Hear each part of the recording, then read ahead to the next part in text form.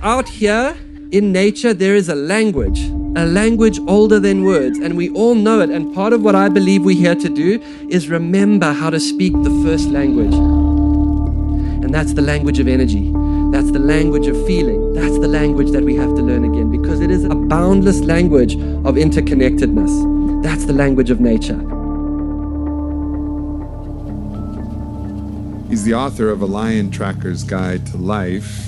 But it's not only the wild of the wilderness that he's tracked the wild of the inner psyche. For those of you who don't know me, my name is Boyd Varty, and I grew up in the wild eastern part of South Africa.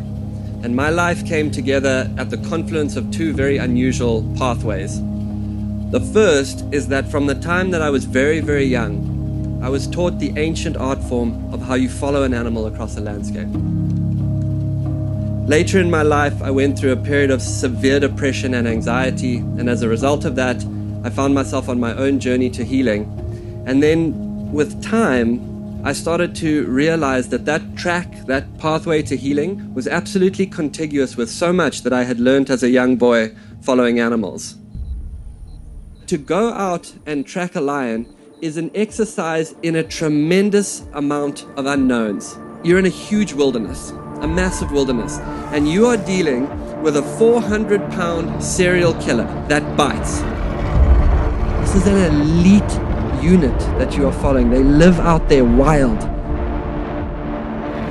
The first movement of tracking, and any time you take up the mantle of becoming a tracker in your own life, the first movement begins with being comfortable with the unknown, being willing to go without knowing, to start without a clear path. From the time that you were very, very young, you were told you have to know, and you were told you have to get it right.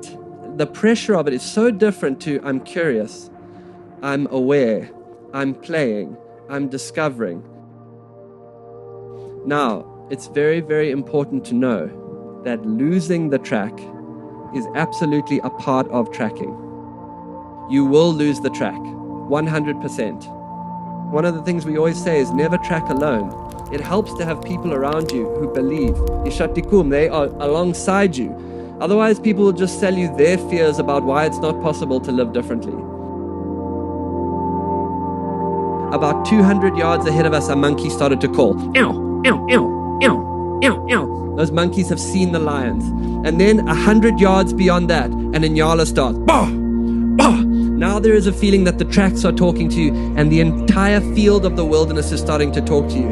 If you start to follow at high levels and live inside of this practice, you're going to feel like everything in your life is talking to you. There will be moments where you cannot miss where it wants you to go, and you let go of trying to find it, and you let it tell you what it wants. Inside of you, there is a part of you that is wild. You came in with it. You were born with it. And that wild self, it knows how to take you to the deepest sense of what it means to be alive. It knows your mission, it knows your purpose, it is just innate to you, natural. Overlaying that wild self came your social self. And we are social people, and we need a bit of social self, but in most of us, that social self overwhelmed the wild self. And what I'm saying to you is you are becoming a tracker of that wild self. And if you do that, it will start to take you in a direction that you cannot really fully imagine yet. And it will take you to a wild life.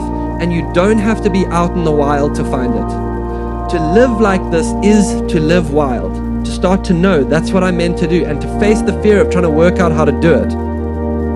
How can we inspire other people to follow their track? Follow yours. Just follow yours. And don't worry about anyone else. You follow it, they'll feel it. And they'll say, there's something about that person. There's something something about them has something to do with me.